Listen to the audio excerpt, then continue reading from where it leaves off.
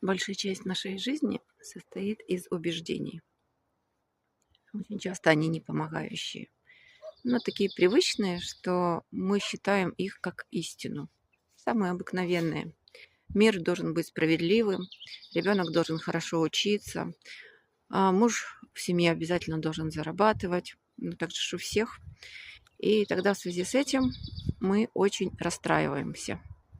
Даже несмотря на то, что самые обычные убеждения о том, как должен быть устроен этот мир, дает нам очень много негативных эмоций.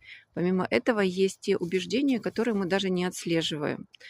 Они как бы считываются между строк, но мы руководствуемся ними при наших действиях, при наших построении каких-то умозаключений.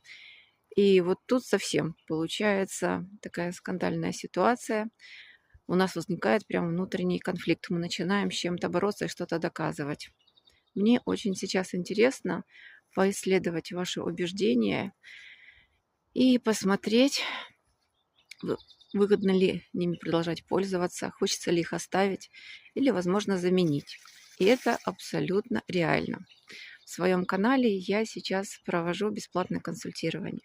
Если вам интересно, присоединяйтесь, пожалуйста, и мы будем разбираться с вашими убеждениями.